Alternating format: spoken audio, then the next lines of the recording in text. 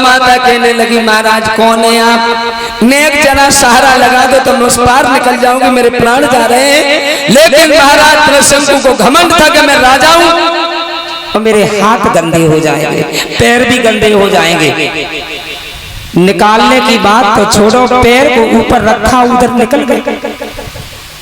गौ माता ने अश्राप दे दिया कि ओरे राजा चंद्र सूरवंशी जा, तू गधा हो जा।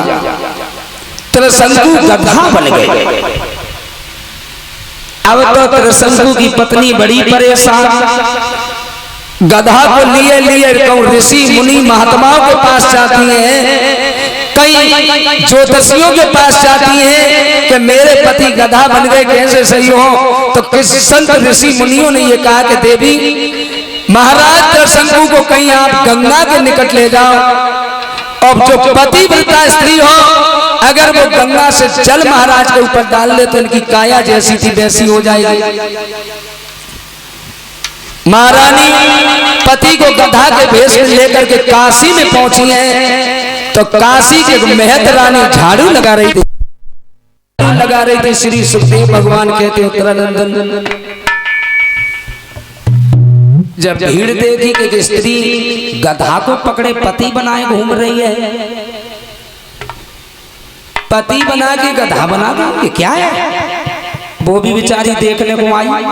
और जब उसने देखा कि एक स्त्री है, एक गधा है, सारी बात बताई है महारानी ने कि बहन कोई पतिव्रता स्त्री अगर मेरे पति के ऊपर पानी डाल दे तो वो सही हो जाएगा।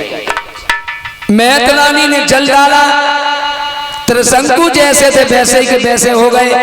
अब तो ने घमंड तक कहने लगे एक काम करो, हाँ तुम सही कह रहे हो, काम ये करो तुम जितना भी धन चाहो उससे हमसे ले सकती, तुमने हमें और ऊपर उपकार किया, तुमने हमारी काया जैसी थी वैसी कर दी।